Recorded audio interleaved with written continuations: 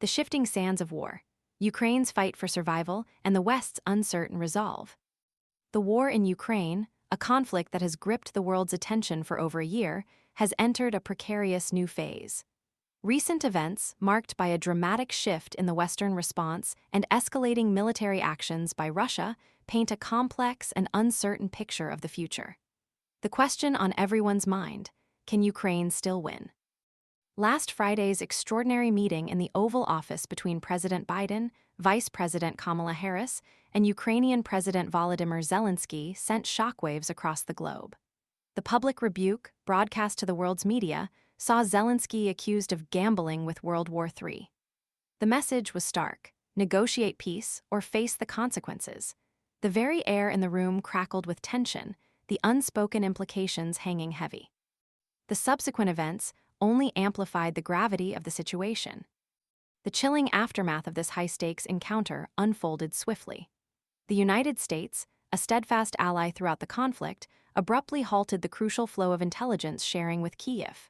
This intelligence, previously instrumental in providing advance warnings of devastating Russian attacks, suddenly ceased. The implications were immediately clear. Ukraine would be fighting blind, facing a significantly increased risk of catastrophic losses. This abrupt cutoff was not an isolated incident.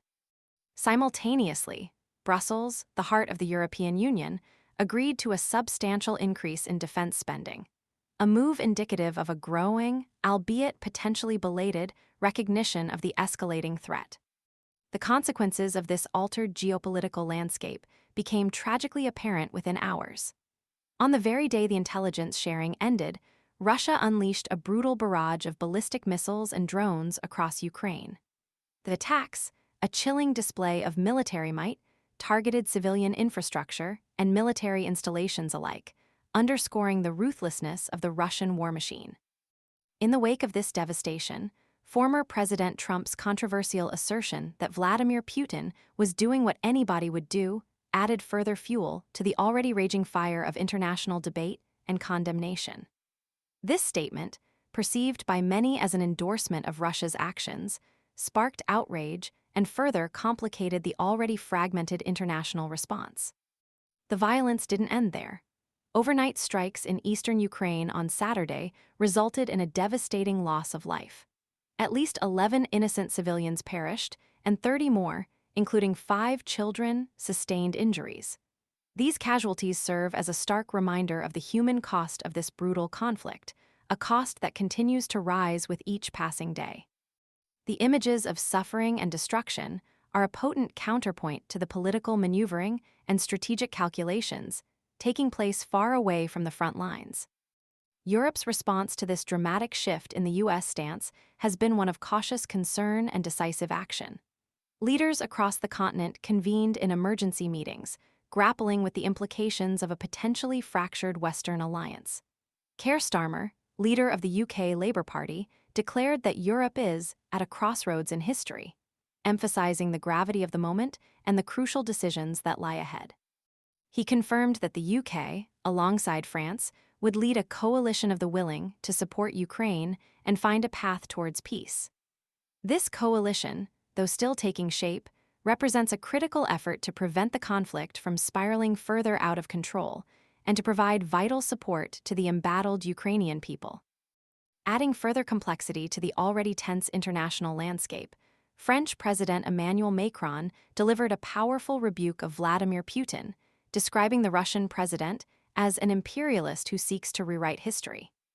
This statement, made in the aftermath of Putin's apparent comparison of Macron to Napoleon Bonaparte, underscores the deep ideological and geopolitical divisions driving this conflict.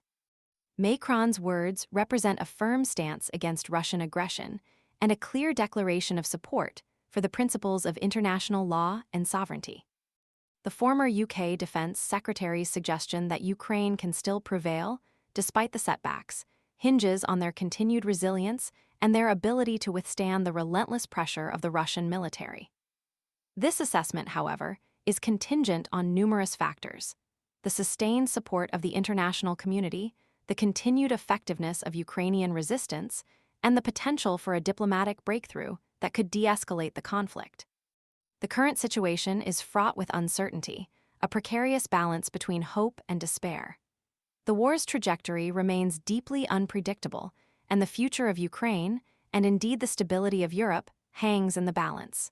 The coming weeks and months will be critical in determining the outcome of this devastating conflict and shaping the future of the global order. The international community faces a momentous challenge: to find a way to end this war, to prevent further suffering, and to uphold the principles of international peace and security. The hope for a peaceful resolution remains, but the path to achieving it is fraught with peril and requires unity, decisive action, and a commitment to upholding the values of democracy and self-determination. The world watches with bated breath, hoping against hope for a resolution that brings lasting peace.